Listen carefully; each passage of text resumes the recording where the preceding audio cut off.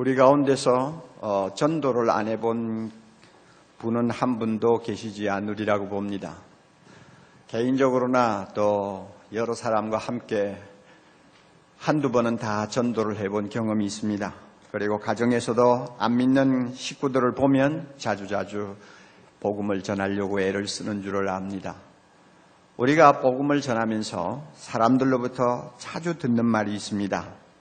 나중에 믿겠다 하는 이야기입니다. 당장 믿을 필요를 느끼지 못하는 사람들이 궁색한 변명을 늘어놓으면서 예수를 믿으려고 하는 그런 그 마음을 자꾸 뒤로 미루는 것을 우리가 보게 됩니다. 그래서 이 예수 믿는 일이 얼마나 긴박한 일인가를 잘 모르는 거예요. 아무리 진지하게 설명을 해 주어도 그들은 무딘 반응을 보이면서 그 일이 그렇게 급하지 않는 것처럼 반응을 합니다. 제가 수년 동안 마음에 두고 기도하는 태신자들이 있어요. 대각성 전도 집회에 벌써 3번 이상 참석을 했으리라고 생각합니다. 그럼에도 그들은 아직 믿지 않습니다. 좀 더 있다가 믿겠다는 것이 그들의 말이에요. 그래서 금년에는 제가 좀 화가 나서 아직 편지 한 장 보내지 않고 있어요. 카드도 안 보내고 있어요. 태신자 등록도 안 시키고 있어요. 우리 주변에 이런 분들이 참 많이 있습니다. 반면에 하나님은 어떻게 하십니까? 하나님은 급하다고 그러지 않아요. 구원이라는 것은 당장 믿고 받아야 되는 것이지 자꾸 뒤로 미루면 안 된다고 말씀을 합니다. 고린도후서 6장 2절 보면 아주 심각한 말씀 하시죠. 보라, 지금은 은혜 받을 만한 때요. 보라, 지금은 구원의 날이로다. 지금, 내일이 아니요. 지금이요, 지금. 지금이 구원받아야 할 날이요. 지금이 예수 믿고 회개하고 하나님의 품에 안겨야 될 날이라는 것입니다. 하나님은 이렇게 조급하게 우리에게 말씀하고 계세요. 로마서 13장 11절 비슷한 말씀이 있습니다. 또한 우리가 이 시기를 알거니와 자다가 깰 때가 벌써 되었으니, 자다가 깰 때입니다. 계속 누워있을 때가 아닙니다. 시간 보내고 있을 때가 아닙니다. 일어나야 할 때입니다. 그때가 언제입니까? 지금입니다. 하나님은 이렇게 굉장히 긴박한 사항으로 예수 믿는 사실을 다루고 있는데 사람들은 그 반대로 늘 생각한다는 것입니다. 오늘 본문 보면 예수님은 두 가지 역사적인 사건을 가지고 자꾸 미루기만 하면 결국에는 구원을 놓칠 수 있다는 사실을 엄하게 경고하고 계십니다. 그리고 한번 기회를 놓치면 얼마나 그 끝이 종말이 비참해지는가를 주님께서 말씀하고 있어요. 첫째는 노아 홍수요, 둘째는 소돔 고모라의 심판입니다.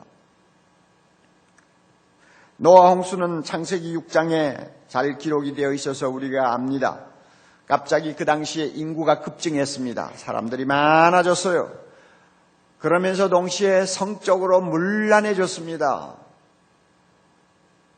성적으로 문란해지니까 사람들이 점점 포악해지지 않아요. 그래가지고 가는 곳마다 폭력이 성행했습니다. 하나님께서 이런 인간의 모습을 보시고 사람 지은 것을 단식하셨다고 하면서 더 이상 묵과할 수 없다고 판단하시고 심판하시기로 작정했습니다. 그것이 노아 홍수라는 심판이었습니다. 그러나 우리 하나님께서 당장 심판하지 아니하시고 120년이라는 긴 유예기간을 주셨습니다. 120년 동안 유예기간을 주시고 노아라고 하는 의인을 세워서 전도자로 파송하셨습니다. 그래서 노아의 전도를 듣고 회개하고 돌아오는 사람은 구원하고 끝까지 뒤로 미루면서 끝까지 거부하면서 하나님 믿기를 거부하는 사람은 결국 물로 심판하시겠다고 한 것입니다. 그렇지만 노아의 전도는 철저하게 실패하고 말았습니다. 자기 식구 외에는 한 사람도 구원하지 못했어요. 결국 그 당시에 하나님을 거역하고 자기 마음대로 죄를 범하던 사람들은 한 명도 남지 않고 다 물로 심판받았습니다. 주님이 이 사건을 놓고 경고하고 계시는 거예요. 소돔 고모라의 심판을 우리는 창세기 19장에서 잘 읽을 수 있습니다. 그 성이 얼마나 큰 성인지는 잘 모르겠어요. 그러나 고대 사이에 크면 얼마나 크겠어요. 소돔과 고모라라고 하는 두 도시입니다. 조그마한 도시입니다. 그런데 그 도시는 유례없는 성적 문란이 판을 치고 있었습니다. 그리고 폭력이 난무했습니다. 하나님께서 수십 년 동안 지켜보시다가 결국은 그 성을 심판하기로 작정하셨습니다. 그러나 금방 심판하지 않으셨습니다. 롯이라고 하는 의인을 통해서 그 성에 있는 사람들에게 자기들의 잘못을 깨닫고 회개할 수 있는 기회를 수십 년을 주었습니다. 그럼에도 불구하고 롯을 통해서 감화를 받은 사람이 하나도 없었습니다. 19회에는 결국 그 성은 하나님 앞에 심판받고 말았습니다. 한 사람도 구원받지 못했습니다.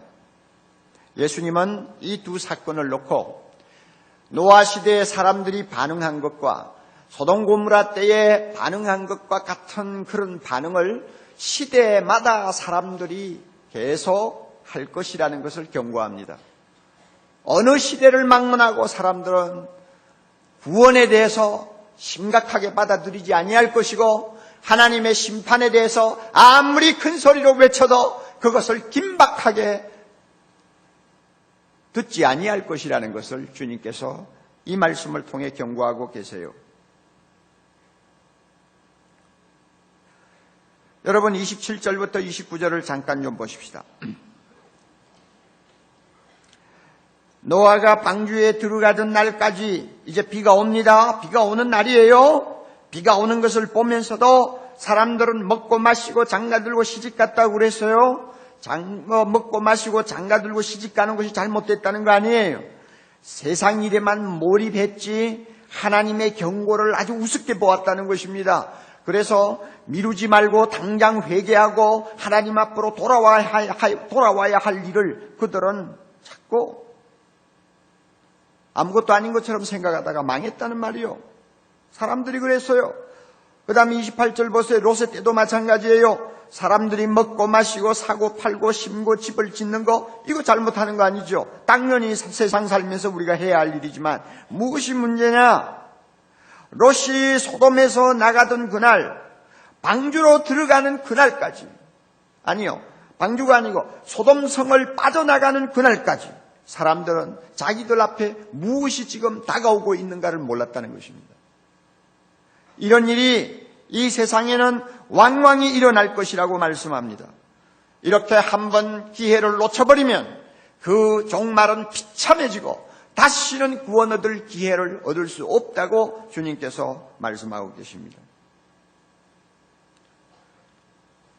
사랑하는 형제자매 여러분, 우리 모두는 앞에 그 때가 언제인지 확실하게 알 수 없는 미스테리와 같은 사건 두 가지를 놓고 있습니다. 두 가지 사건이 기다리고 있어요. 하나는 예수님의 재림이고 또 하나는 우리 각자의 죽음입니다. 이것은 미스테리입니다. 왜? 언제 우리에게 찾아올지 잘 모르는 거예요. 그러나 반드시 찾아옵니다. 예수님의 재림이 그렇고 우리 개인의 죽음이 그렇습니다. 어느 것이 먼저가 될지 알 수 없지만은 예수님의 재림이 임하든 우리의 죽음이 다가오든 일단 둘 중에 하나가 오면 우리로서는 더 이상 기회가 남아있지를 않다는 것입니다. 만약에 예수 믿지 아니하고 그 시간까지 계속 미루고 거부하면 절대로 구원받지 못한다는 것입니다. 여러분, 우리가 예수님의 재림을 참 많이 이야기합니다. 그리고 성경을 보면 예수님의 재림에 대해서 자주 언급하고 날마다 깨어 있으라고 얼마나 우리가 자주 경고를 받습니까? 그러나 사실 재림 이야기를 가지고 안 믿는 사람들에게 예수 믿으라고 권하기는 굉장히 어려워요. 예수님이 재림하실 때가 가까웠으니까 꼭 지금 예수 믿으세요. 오늘 안 믿으면 구원받을 수 없을지도 모릅니다. 우리가 아무리 진지하게 권해도 사람들은 그것을 진지하게 받아들이지를 않아요. 그럴 수밖에 없어요. 왜 그런가 하면 재림 이야기가 어제 오늘 하는 이야기입니까? 교회가 시작되고 나서 1950년이 넘도록 숱하게 듣고 얼마나 자주 그 이야기를 했습니까마는 말만 무성했지 예수님은 오시지 않았다고 말이에요. 그러니까 그렇게 1950년이 지나도록 오시지 않는 일을 새삼스럽게 놓고 사람들에게 긴장을 조성할 수 있겠어요? 그들의 마음에 뭔가 깨우침을 줄 수 있겠느냐 말이에요. 안 되는 거예요. 꼭 노아 시대와 같아요. 노아가 홍수가 임한다고 아무리 떠들어도 10년이 지나도 30년이 지나도 50년이 지나도 홍수가 안 내리는데 사람들이 그 말에 귀를 기울이겠어요? 오늘 예수님의 재림도 비슷한 상황이 되어버렸어요. 그래서 말을 잘 안 들어요. 그러나 여러분 우리 꼭 한 가지 알아둡시다. 재림이 늦어지면 늦어질수록 방심하는 사람들에게는 점점 기회가 없어진다는 것입니다. 왜? 늦어지면 늦어질수록 사람들의 마음은 예수님의 재림에 대해서 대비를 안 할 테니까, 없는 걸로 아니까, 거짓말로 아니까, 대비를 안 하니까 안 하면 안 할수록 그들이 구원받지 못할 확률이 더 많아지는 것입니다. 왜? 준비를 안 할 테니까. 그러다가 어느 날 주님이 말씀하신 대로 생각지 않을 때에 평안하다 할 때에 밤에 도적이 뚫고 들어오듯이 예수님이 재림하십니다. 그렇게 되면 그때는 준비할 수가 없습니다. 아무도 그때는 안 됩니다. 여러분 34절 한번 보실까요? 내가 너희에게 이르노니 그 밤에 두 남자가 한 자리에 누워 있음에 하나는 데려감을 당하고 하나는 버려둠을 당할 것이요. 남자 둘이가 잠을 자고 있었어요. 그런데 예수님이 갑자기 재림하셨습니다. 잠자는 사이에 오셨어요. 그런데 하나는 이미 예수 믿고 하나님의 자녀로서 준비를 하고 있었기 때문에 잠을 자다가도 주님이 재림하시니까 구원받는 거예요. 그러나 한 사람은 미루다가 준비 안 했어요. 잠자다가 예수님 만났어요. 어떻게 준비합니까? 그러니까 결국 버림을 당하는 것입니다. 35절 봅니다. 두 여자가 함께 매를 갈고 있었어요. 옛날에는 곡식을 매로 갈아가지고 음식을 만드니까 매 가는 일이 대단히 중요하죠. 부인 둘이서 매를 갈고 있는데 갑자기 예수님이 임하셨어요. 그래서 한 사람은 준비하고 있었기 때문에 주님 앞으로 인도함을 받았고 한 사람은 버림을 받았어요. 그리고 36절은 없지 않아요. 그런데 없는데 어떤 사본에는 보면 두 사람이 밭에 나가 있었어요. 밭에서 일을 하고 있는데 한 사람은 예수님이 재림하니까 구원을 받고 한 사람은 버림을 받았다고 나와 있습니다. 여러분 보세요. 우리가 이 말씀에서 참 중요한 사실을 알아야 돼요. 우리 가운데 아무도요 잠자지 않고 문 열고 밖에 나와서 하늘 쳐다보고 주여 오늘 오시겠습니까? 내일 오시겠습니까? 기다리는 사람 아무도 없어요. 저녁에는 자야 돼요. 일단 우리가 단잠에 골아떨어지면 재림을 하시는지 천지가 개벽을 하는지 알기 뭐예요? 아무것도 모르는 거예요. 그럴 때 주님이 오신다고 합니다. 가능성이 있다는 거예요. 어떻게 하겠어? 준비 안 된 사람이 어떻게 대처를 하겠느냐 그 말이요. 아니 세상에 여자가 매를 갈듯이 집안일에 정신이 없이 돌아가는데 어떤 여자가 예수님 재림을 기다린답시고 밥도 안 하고 아이들도 키우지 않고 문 열어 제쳐놓고 동편 하늘을 바라보고 주여 오시옵소서 하고 기다리는 여자가 어디 있어요 천하에. 주님이 오시는 그날까지 가정일을 열심히 할 수밖에 없잖아요. 어떤 사람이 직장에 나가서 한참 회사 일에 몰입하고 있는데 주님 재림하실까 싶어서 들락거리는 사람이 어디 있나요? 아무도 없죠.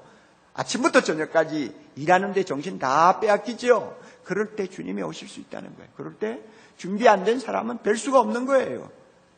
결국은 버림을 받을 수밖에 없습니다.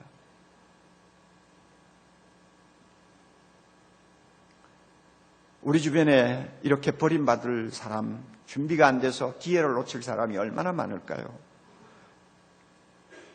여러분의 가정에는 없을까요?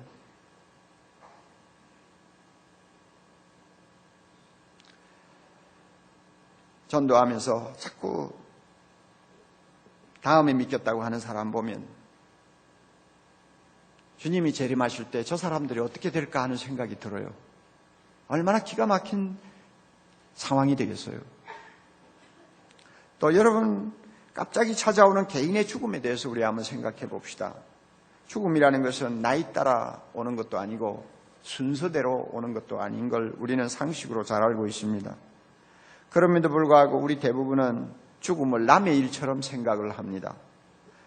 우리나라만 해도 날마다 암으로 죽는 사람이 200명이 넘는다고 합니다. 그래도 우리는 남의 일처럼 생각합니다. 우리나라는 교통사고로 죽고 심하게 다치는 사람이 하루에 1200명이 넘습니다. 그럼에도 불구하고 그런 일들이 다 남에게 일어나는 일이지 나에게는 일어날 것 같이 생각하지 않고 사는 것이 우리의 입장입니다. 요즘에는 나름대로 건강관리 잘하면 오래 살게 되어 있습니다. 또 위험한 일 가급적이면 피하고 과로 피하고 스트레스 받는 거 피하고 음주 피하고 가급적이면 주위에서 자기 몸을 잘 살피면 오래 살게 되어 있습니다. 그렇잖아요. 국가 원수가 여러분 자동차 사고로 죽었다는 소식 한번 들어봤어요? 없어요. 국가 원수는 행차할 때마다 앞에 경찰들이 호위하고 갑니다. 얼마나 주의를 많이 하고 갑니까? 그러니까 자동차 사고 날 확률은 100%도 없는 거예요. 1%도 없는 거예요. 100%가 아니라 1%도 없는 거예요. 주의하면 우리 건강하게 살 수 있어요. 우리 교회 김수경 집사님처럼 건강식품을 가지고 사업하시는 분 보세요. 가만히 옆에서 보면요, 날마다 건강생식을 잡수거든요. 그리고 자기가 잡수고 그 다음에 얼마나 좋은가를 다니면서 강의하고 사업합니다. 가만히 보면요, 성인병 걸릴 확률이 거의 없어요. 내가 가만히 보니까 날마다 생식 먹는데 거기에 무슨 성인병이 있어요? 암에 걸릴 확률도 없는 것 같아요. 그러면 사람은 건강하고 오래 삽니다. 또 의학이 계속 발전하면서 수십 년 전만 해도 그 병에 걸렸다 하면은 죽을 수밖에 없었던 사람이 요즘에는 20년, 30년 생명을 연장할 수 있는 시대가 되었어요. 그러다 보니까 점점 사람들이 생명에 대해서 자신감이 생겼어요. 그래서 옛날에는 나의 생명은 하나님의 손에 달렸다고 하는 신앙 고백을 하던 사람도 이제는 내가 생명의 주인인 것처럼 주인의식을 은근히 갖고 있어요. 이게 오늘의 사람들의 모습이에요. 그래서 예수 믿자고 하면요, 은근히 뒤로 미룹니다. 내가 몇 살까지는 살 수 있는데 늙어서 힘이 없을 때 믿어야지, 이런 식으로 생각을 하고는 자꾸 뒤로 미루어요. 왜? 살 자신이 있다는 거예요. 이런 분들이 우리 주변에 자꾸 많아집니다. 자꾸 많아져요. 그래서요, 우리의 평균 연령이 높아가면 높아갈수록 전도하기는 무척 어려워질 것입니다. 동시에 기회를 놓치고 영원히 구제할 수 없는 자리로 빠질 사람들도 엄청 많아질 것입니다. 우리가 이런 현실을 보면서 가슴 아파해야 합니다. 놀라운 사실은 예수를 믿기를 거부하거나 미루는 사람들을 놓고 하나님께서는 정말 오래 참으신다는 것입니다. 무지하게 참으시는 것이 하나님이에요. 특별히 악인에 대해서 참 오래 참으시는 것 같아요. 자, 여러분 한번 물어봅시다. 선한 사람이 빨리 죽습니까? 악한 사람이 빨리 죽습니까? 예? 대답 안 하시네요. 제가 경험한 바로, 제가 대충 보는 대로요, 악한 사람이 오래 삽니다. 작은 교회들 가보면요, 정말 교회 안에서 가시 노릇하고 그 교회가 부흥하지 못하도록 참 그 걸림돌 노릇을 하는 사람들이요, 이상하게 건강하고 오래 사세요. 예. 우리 목사들 세계도요, 가만히 보면 야, 저 사람이 목사인가 뭐 이런 생각이 들 정도로 뭐 생활하고 목회하는 것을 보면서 한 가지 놀라는 거 있어요. 무지무지하게 건강하고 오래 산다는 거예요.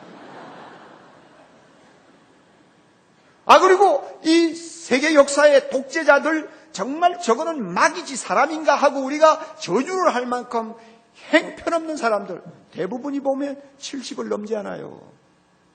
오래 살아요. 그 이유가 뭔지 아세요? 하나님이 그런 자들이 회개하고 돌아오기를 기다리시고 오래오래 참으신다는 거예요. 그러므로 여러분 오래 살고 싶으면 좀 악인이 되세요. 하나님이 오래 참으세요. 로마서 2장 4절 보면 혹 내가 하나님의 인자하심이 너를 인도하여 회개케 하심을 알지 못하여 그의 인자하심과 용납하심과 길이 참으심의 풍성함을 멸시하느뇨. 좀 어려운 말씀입니다만 간단하게 요약하면 이것입니다. 하나님은 왜 너를 두고 오래 참고 계시는지 아느냐? 왜 불쌍히 여기고 기다리시는지 아느냐? 너가 회개하고 돌아오기를 원하시기 때문이다 하는 이야기입니다. 저의 가정 이야기를 해서 죄송합니다마는 우리 가정에서 예수를 오랫동안 믿지를 않아서 늘 남은 식구들에게 근심이 되었던 분이 바로 저의 아버지였습니다. 어머니도 믿음이 참 좋습니다. 또 저도 믿음이 좋습니다. 또 어려서부터요 믿음이 좋았고요. 동생들도 나름대로 믿음이 좋았어요. 그런데 아버지는 아니에요. 믿는 집안에서 태어났죠. 믿는 집안에서 자랐죠. 교회를 습관적으로 다니셨죠. 그 다음에 결혼하고 나서도 계속 가정은 믿는 집안으로 사람들이 다 인정을 하는데요.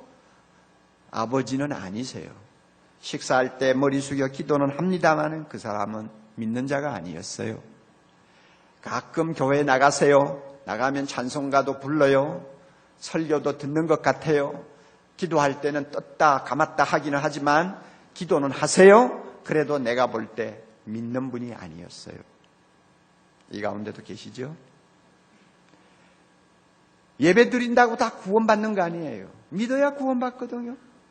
그런데 예배는 잘 참석하시는데 안 믿는 분들이 있어요. 오늘 이 시간 하나님께서 여러분들 그런 분이 계시면 은혜 주시기를 바랍니다. 더 미루지 마세요. 지금이 중요한 거예요. 지금 믿고 돌아와야 됩니다. 예수 믿고 구원받아야 합니다. 예배가 여러분을 구원하지 못합니다. 예수 믿어야 됩니다. 그런데 우리 아버지는 안 믿었어요. 얼마나 안 믿었느냐? 50대 후반 세상 떠나기 2년 전까지 안 믿었어요. 제가 볼 때는 중생받지 못한 사람이었어요. 그러니까 우리 식구들의 마음에 늘 근심이 되는 거예요. 저러다가 갑자기 세상 떠나시면 어쩔까? 저러다가 갑자기 모든 것을 다 끝내고 나면 어떻게 하나 말이에요. 어떻게 해요? 그랬는데 역시 어머니 기도가 워낙 세니까 하나님께서 아버지를 불쌍히 여기신 것 같아요. 50대 후반 지금부터 30년 전 돌아가시기 전 한 2년 전부터 병이 아주 심해졌습니다. 그러자 또 믿음 좋은 전도 부인을 하나님께서 우리 아버지에게 보내주셨어요. 그리고 그 전도 부인이 매일 찾아와서 기도해주고 말씀을 이야기하고 전도를 했습니다. 거기서 우리 아버지 깨졌어요. 정말 가슴 치면서 지금까지 하나님 믿지 않고 살았던 것을 진정으로 회개했습니다. 그리고 신앙생활 바로 하기 시작했습니다. 세상 떠나실 때에 그래도 예수 믿는다는 사실을 확실히 하면서 숨을 거두었습니다. 제가 우리 아버지 보면서 하나님 정말 오래오래 참으셨다. 50년 이상 거의 60년을 참으셨으니까 얼마나 참았습니까? 오늘도 하나님은 이렇게 참으세요. 우리 생각에는 그저 하나님께서 그냥 안 믿으면 믿을 수 있도록 어떤 좀 정신을 바짝 차리게 좀 만드시면 참 좋을 것 같은데 하나님이 그런 방법을 잘 안 쓰세요. 왜냐하면 믿음이라는 것은 스스로 믿고 싶어서 믿어야지 공갈에 겁이 나가지고 믿는 거 하나님 원치 않아요. 협박해서 믿는 거 원치 않아요. 여러분 작년 9월 11일 날 그렇잖아요. 9월 11일 날 미국 뉴욕에 테러가 났을 때 타임지 기자가 이렇게 썼더라고요. 테러가 났잖아요. 수천 명이 죽었어요. 온 미국이 발칵 뒤집어졌어요. 그렇게 되니까 사람들이 직접적인 영향을 받는 것입니다. 쇼크를 받아요. 그래가지고 타임지 기자가 뭐라고 썼느냐 하면은 갑자기 교회 성도들이 많아졌습니다. 교회 출석하는 사람들이 많아졌습니다. 그리고 혈액은행에는 수혈하겠다고 오는 자원봉사자들이 줄을 섰습니다. 뿐만 아니라 지금까지 가정생활 소홀히 하고 부부끼리 적당하게 살던 사람들이 갑자기 부부가 서로 사이가 좋아졌습니다. 그러네. 갑자기 좋아졌어요. 달라졌어요. 그러나 그 다음이 중요한 말이 있어요. 그러나 그러한 외적인 변화는 잠깐 계속되다가 그치고 말았습니다. 잠깐 그냥 정신을 차리는 것 같더니 그 다음에 제자리로 돌아간 거예요. 하나님이 그렇게 사람들을 막 협박하고 공포를 주는 방법으로 예수 믿도록 하시지 않는 것 같아요. 여러분, 우리는 대부분이 그런 버릇이 있어요. 아무리 무서운 결과라도, 아무리 끔찍한 운명이라도 지금 당장 내 눈앞에 나타나지 않는 것이면, 그리고 멀리서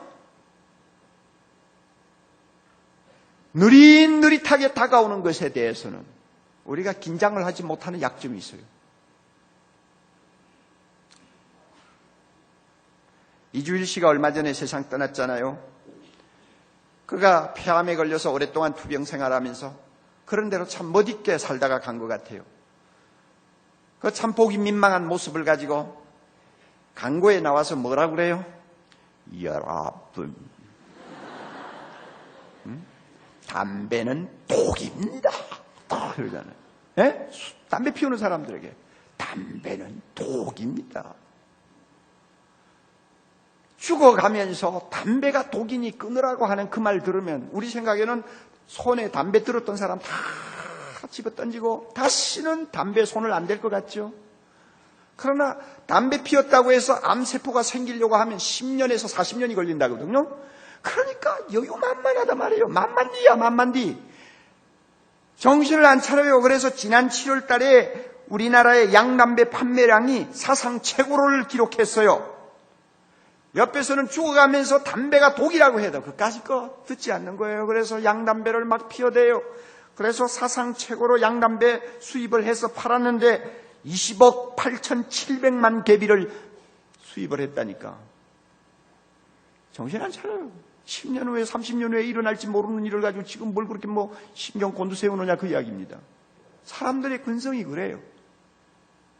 여러분 신문에서 보셨죠? 일본 아사히 초자 재단에서 90개국에 있는 정부와 그리고 또 전문단체와 협의하고 또 설문조사를 통해서 지구가 지금 환경오염이 어느 정도 위험 수위에 와 있느냐 하는 것을 결론적으로 얻어냈습니다. 시계가 있어요. 12시만 되면 지구는 환경오염으로 파멸되고 맙니다. 12시. 그런데 몇 년 전만 해도 9시 전이었어요. 그런데 금년에는 9시 5분으로 결론이 났어요.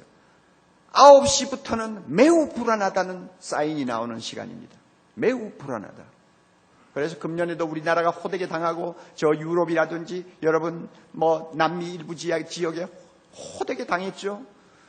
이 겨울에는 또 어느 지역에서 호되게 당할지 모르죠. 지구가 점점 파괴되어 가고 있는데 우리는 그거 대수롭지 않게 생각잖아요. 설마 하고 우리는 그냥 넘기고 있잖아요. 우리나라처럼 무감각한 신경을 가진 나라도 드물 거예요. 그 정도 호되게 당했으면 정부가 요란을 떨 것 같고 국민들이 정신을 차리고 환경을 지키기 위해서 노력할 것 같은데 어디 아무도 없어요. 텔레비에 방송이 나오면 반짝하고 정신 차렸다가 텔레비가 잠잠하면 다 같이 잠잠해져 버리고 다 잊어버려요. 사람이라는 게 그래요. 우리 주변에 있는 대부분의 사람들은 당장 재림이 임하지 않는 것 때문에 그 마음이 담대해져서 예수 믿기를 거부하고 아니면 계속 미루면서 버티는 사람들 많이 있어요. 당장 자기의 죽음이 임할 수 있다는 사실을 알면서도 그것이 남의 일처럼 생각하고 기회를 자꾸 미루는 사람들이 많이 있어요.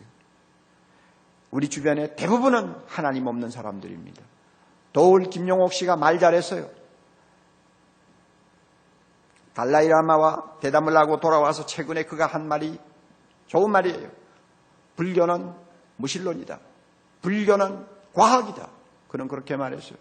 저는 옳다고 봅니다. 불교는 무신론입니다. 거기에 하나님이 없어요.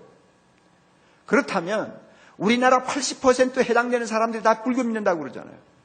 그 사람들은 하나님이 없는 거예요. 창조자 되신 하나님을 모를 뿐만 아니라 창조자 되신 하나님을 경배하지 아니하는 사람들이에요. 이런 사람들이 주변에 깔려 있어요. 이런 사람들은 막연히 악한 사람들이 아닙니다. C.S. 루이스라고 하는 유명한 기독교 변명학자, 그는 분명하게 하나님을 믿지 아니하는 것이 얼마나 무서운 죄가 되는가를 이렇게 표현했습니다. 잘 들으세요. 하나님 없는 삶, 하나님을 무시하는 삶은 남의 것을 어쩌다가 훔친 단순한 절도죄가 아니다. 하나님을 믿지 아니하는 사람은 개선의 필요가 있는 불완전한 피조물이 아니다. 하나님을 믿지 아니하는 사람, 그 사람은 손에 든 무기를 내려놓아야 하는 반역자다. 무기를 내려놓고 광복하면서 잘못했다고 말하는 것, 그동안 잘못된 길을 걸어왔음을 깨닫고 삶을 처음부터 다시 시작할 준비를 하는 것, 이것만이 그 사람이 멸망에서 빠져나올 수 있는 유일한 길이다 그랬습니다. 예수 믿기를 거부하고 하나님 없는 삶을 사는 것은 단순한 죄가 아니에요.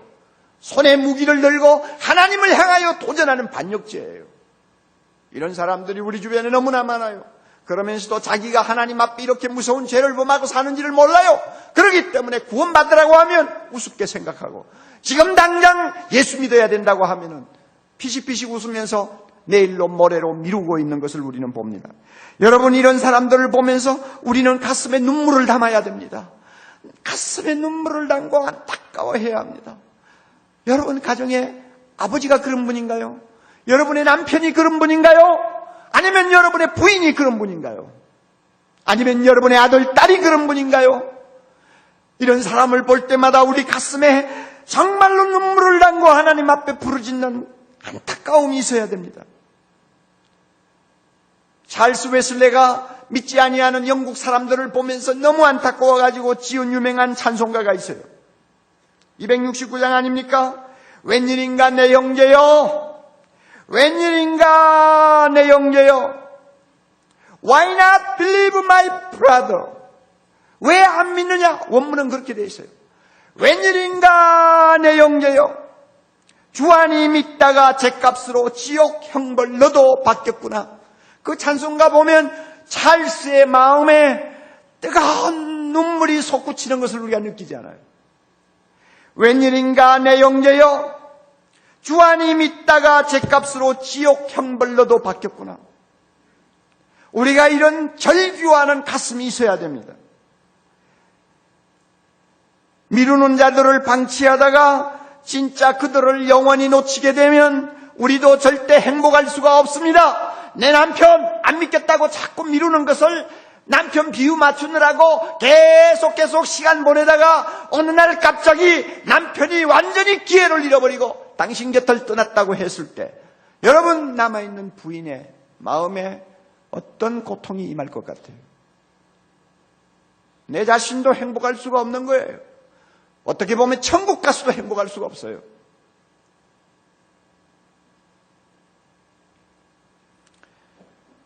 저는 정근모 장로님 이야기를 읽으면서 참 감동과 충격을 받았습니다.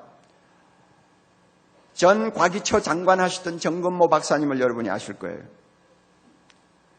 그 장로님은 전두환 정부 시절에 청와대 수석경제비서관을 하던 김재익 박사와 아주 가까운 사이였어요. 그런데 김재익 박사는 예수를 안 믿었어요. 정 장로님은 늘 그 친구 때문에 마음에 부담을 갖고 있었습니다. 언젠가 한번 만나서 꼭 전도해야지. 그런데 어느 날 서로 만나게 됐습니다. 정 장로님이, 김 박사, 오늘 내가 너에게 들려주고 싶은 아주 중요한 이야기가 있는데 좀 신중하게 들어주면 좋겠어. 그렇게 하고는 서두를 꺼냈습니다.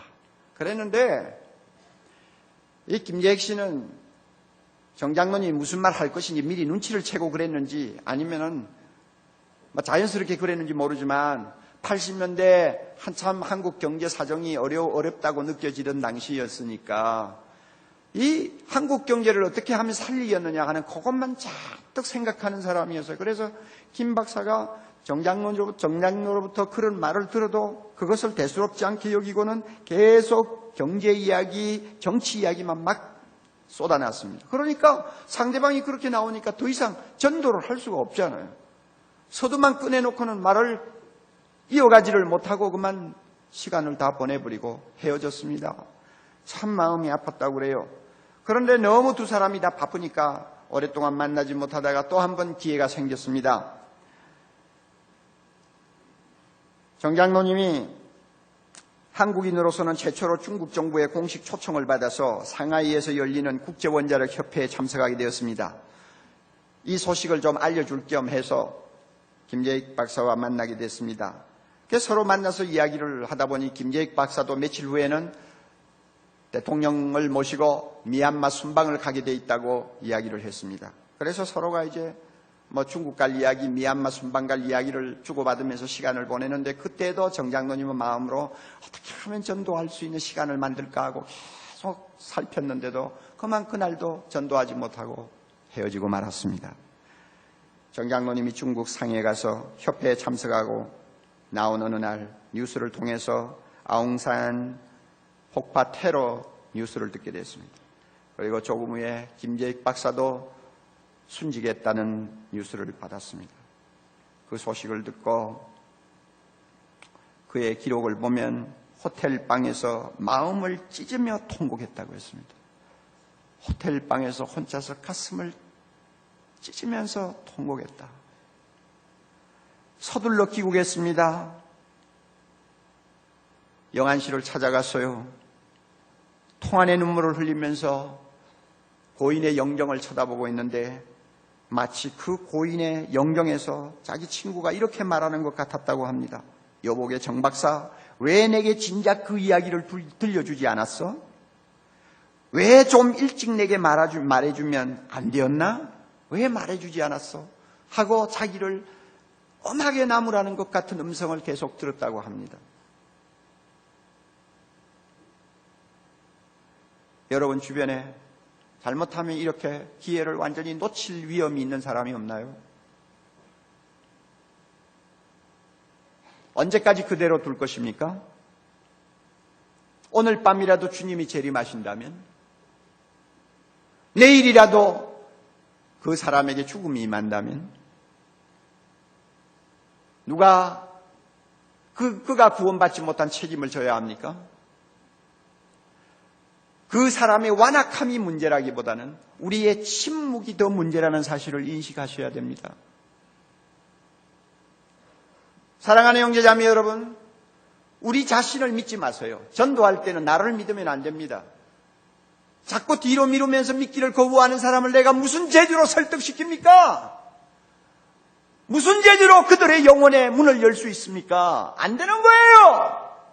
나 자신을 보면은 입이 안 떨어져요. 자신이 없어요. 그래서 많은 사람들이 입 다물어버려요. 이것은 잘못된 태도입니다. 우리는 예수 그리스도와 그의 십자가의 능력을 믿어야 합니다. 예수의 이름은 오늘도 능력이 있습니다. 성령의 역사는 오늘도 힘이 있습니다. 십자가의 도는 오늘도 어두운 영혼을 꿰뚫고 빛을 비추어 주십니다. 그것 믿고 전하는 것입니다. 그것 믿고 전해요. 십자가의 도가 사람들에게 미련한 것처럼 보여도 우리가 담대하게 그 능력을 믿고 전하면 무기를 손에 들고 있던 사람들이 스스로 무기를 손에서 놓고 예루살렘에서 예수 믿고 돌아오던 3,000명처럼 형제여 우리가 어찌할꼬 하고 가슴을 치고 회개하는 역사가 일어날 수 있습니다. 믿으시기 바랍니다. 우리 모두 믿자고요. 복음의 능력을 믿자고요. 그리고 주변에 있는 사람 내버려 두지 마세요. 언제 그에게 종말이 임할지 몰라요. 강원도 수해를 당해서 하루아침에 세상에서 목숨을 잃어버린 200여 명의 사람들이 내일 자기가 죽을지 알았던 사람이 누가 있어요? 우리는 내일이 없어요. 오늘이 내 날이에요. 그러므로 우리 가족 가운데 아직도 믿지 아니하는 자 여러분 그냥 하세월하고 방심하지 마세요. 예수 믿도록 가슴에 눈물을 안고 기도하고요. 듣든지 말든지 전하고요. 그리고 주님 앞에 부르짖으면 우리가 전하는 예수 한마디 때문에 그 어두운 영혼에 하늘의 빛이 비치는 날이 올 줄을 믿습니다. 우리를 통해서 이번 대각성전도 때도 수많은 영혼들이 회개하고 돌아와서 그 손에 무기를 놓고 하나님 앞에 두 손 들고 하나님의 품에 안기는 아름다운 역사가 일어날 수 있도록 우리 모두 기도하고 최선을 다해야 될 줄로 믿습니다. 다 같이 기도하십시다.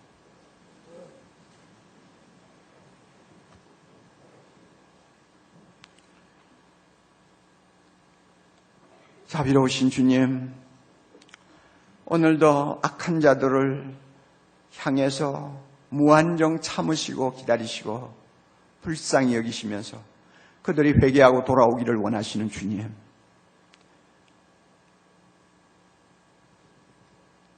예수 믿기를 당장 결단하지 못하고 계속 미루면서 오늘도 하나님과 거리가 먼 삶을 사는 우리 식구들이 있습니다. 내 가까운 친구들이 있습니다. 내 가까운 이웃들이 있습니다. 주여, 이들을 내버려두지 말게 해주시기를 원합니다. 오늘이라도 주님이 오시면, 오늘이라도 그들에게 죽음이 임하면 다시는 기회를 만들 수 없는 불행한 사람이 되고 말 텐데, 주여, 그들을 내버려두지 말게 해주시기를 원합니다. 오늘 이 자리에서 예배드리고 말씀을 들은 모든 성도들의 가슴에 하나님이여 뜨거운 눈물을 주셔서 그들을 위하여 기도하게 하시고 그들을 위하여 복음을 전하는 증인으로서 역할을 감당하게 해 주시옵소서. 예배만 참석하고 아직도 예수 그리스도를 살아계신 주님을 내 마음에 모시지 못한 형제자매들이 이 자리에 계시면 아버지, 미루지 말고 예수님 앞에 무릎 꿇고 부활의 주님 앞에 자기를 온전히 복종시키는 귀한 은혜를 허락하여 주시옵소서.